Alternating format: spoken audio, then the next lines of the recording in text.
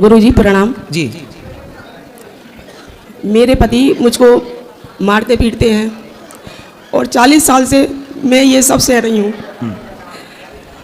मैं पूजा पाठ करती हूँ, मुझे करने नहीं देते। कितने बच्चे हैं? 2 बेटे हैं। तो बच्चे नहीं समझाते अपने पिता को कि माँ को मत मारो? नहीं समझाते। कितनी उम्र होगी पति की?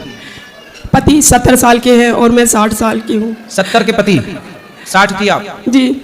और वो मैं कहती हूँ आप मुझे मारते क्यों हो? तो मैं तो ऐसे ही मारूंगा। तो अभी बुढ़ापे में भी मारते हैं? हाँ, अभी मैं गुड़गांव से भाग कर आई हूँ आपके पास, और जो कपड़ा मैंने तो पहना आपके था, पति नहीं आए? कथा सुनते नहीं है वो? अरे वो तो बहुत गंदी गंदी मेरे कानों को गाली बकते हैं।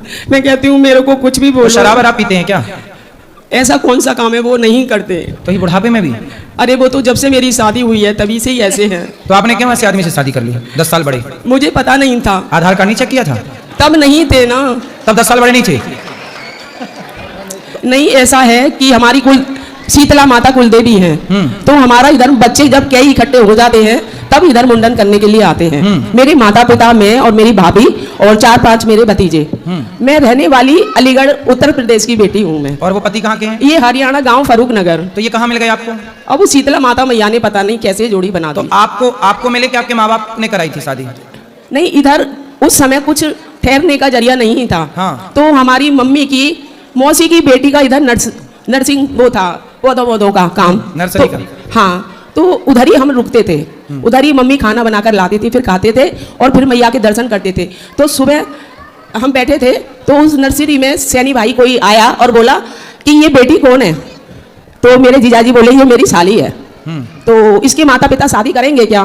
बोले मुझे नहीं पता, मैं पूछ के आता हूँ। जब वो पूछने आए जीजाजी, बोले शादी करोगे इसकी? अरे शादी तो मैं कर दूं, पर ये शादी नहीं करती है, यूँ कहती है मुझे ऐसे ही रहना है। शादी करने वाले कौन से खुश हैं? मुझे ऐसे ही रहना है।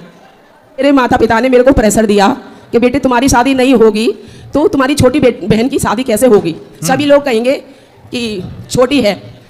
फिर उन्होंने मेरे को प्रेशर दिया, तो मैंने कि जैसे आपको अच्छा लगता है कीजिए। फिर इधर मेरे जेठ मेरे को इधर ही देखने आए नर्सरी में। उन्होंने कहा कि आप, मेरा भाई तो बहुत कम पढ़ा लिखा है और आप मेरे भाई से क्यों शादी करना चाहती हैं? मैंने कि मैं शादी नहीं करना चाहती, मेरे माता पिता शादी करवाना चाहते हैं। हाँ, तो ऐसे कैसे जोड़ी बनेगी? तो मैंने कहा मेरे माता पिता ने आपके भाई को चूज करा है, तो माता पिता से ज्यादा ही अच्छा अपने बच्चे के लिए कोई। तो माँ बाप ने सब चेक नहीं किया कि उम्र के क्या है, करता क्या है? कुछ नहीं देखा? देखा। ये मिस्त्री थे दिल्ली रोड पर, सड़क बनाते थे, दुकान थी किराए पे, और मिस्त्री थे स्कूटर के। देख लिया और इनको, मेरे फादर को पसंद आ गया। फिर गांव गए और गांव में इनका घर परिवार देखा। ये 40 किले के मालिक, 9 भाई, और ये मेरे हस्बैंड 8वां नंबर, मेरा एक देवर। और उन्होंने यस कर दिया मेरे जेठ ने। और मेरे पिताजी तो घर गए, वो भी यस कर आए और बस शादी हो गई।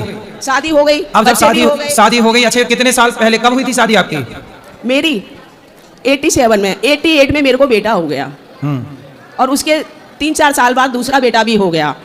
फिर तब तो हमारा जन्म ही नहीं हुआ था जब आपका ब्याह हो गया। तो अभी भी वो मेरे को मारते, अभी भी मैं डोली कूद कर इधर आई हूं। अब क्यों मारते, किस बात पे मारते हैं? तू क्यों पूजा करती है? तू क्यों राधे राधे करती है? उनको बोलना कि हम ब्याह ना करते आपसे, तो आप बिना ब्याह के बुढ़े हो जाते। पर अब मैं इधर आ गई हूँ भागकर, डोली कूद कर। वो लोग लगा के मेरे को कमरे में बंद कर देते हैं और मारते पीटते हैं। और मैंने कही मेरा काना मुझे भगा के ले जाएगा, तुम 10 कोठरी में मैं जाऊंगी, आप रोक के दिखाओ। और मैं मैया देखो, हाथी निकल गया, पूंछ बची है। 70 साल के हो गए, बुढ़ापा आ गया, बुढ़ापे में क्यों भाग रही हो?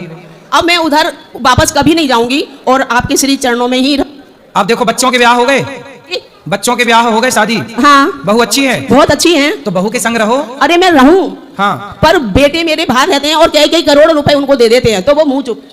नहीं तो बेटा बहू तो अच्छे हैं आपके। अरे जब उनको पैसे मिल जाते हैं ना। किसको? मेरे बेटों को, मेरी बहुओं को। मतलब आपके पति उनको पैसे देते हैं, मतलब आपके पति पैसे वाले हैं। हाँ, 40 किले के। आपको नहीं देते पैसा? वो हमारे लिए तो 1 रुपया भी नहीं है उनके पास। क्यों? नहीं दूंगा, तू काना जो करती है। अच्छा, मैं तो काना करूंगी, रोक के दिखाऊंगा। तो वो पैसे आपको नहीं देते? नहीं देते। उनके पास पैसा बहुत है। हाँ। तो अब आपको ढूंढ रहे होंगे, वो कहाँ चली गई? अब हम इतनी दूर आ गए हैं। नहीं, वो ढूंढ तो रहे होंगे ना आपके पति? अरे सभी ढूंढ रहे होंगे, पर मैं उधर नहीं जाऊंगी। अब इतनी दूर कई बार मैं भाग चुकी हूँ। ये दर्शन आश्रम। तो आप कहाँ भाग गई? एक बार तो मैं दर्शन आश्रम भाग गई। हाँ। एक बार राधा स्वामी आश्रम भाग गई, उधर सेवा करने लग गई।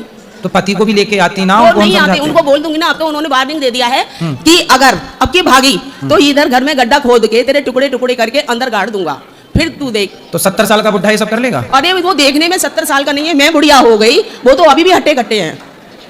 अरे क्या खाता पीता है बुढ़ापे में भाई? अरे बादाम काजू छुआरे और दारू सब कुछ खाता है वो। और मैं कहूंगी कि मेरे को एक गिलास लस्सी दे दो। अच्छा लस्सी पिएगी चटोरी?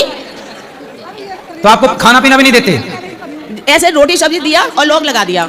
आपने प्यार के बल पर जीता नहीं, अपने पति को बस में नहीं कर लिया? अरे मैंने कान्हा जी को बस में कर लिया, पर मेरा पति बस में नहीं हुआ। मैं तो कान्हा के लिए पागल हूँ। पति को कर लेती बस में, फिर उससे कराती दान पुण्य, उनको मैं कहती हूँ तो उससे मेरे कराती भक्ति, उसका भी भला होता। पर मैं क्या करूं, मैं तो भगवान से ये प्रे करती हूँ, भगवान इनको सद्बुद्धि देना। अब आप देने वाली थी बुद्धि, तो आप तो भाग के आ गई। अब कौन देगा बुद्धि पति को? अरे उनकी बहुएं है ना, उनका पैसा है, जिसके पास पैसा है ना गुरुजी, उसके पास दुनिया है। पर मुझे पैसा नहीं चाहिए, मैं लात मारी आई। चलो आप भजन करो भगवान का।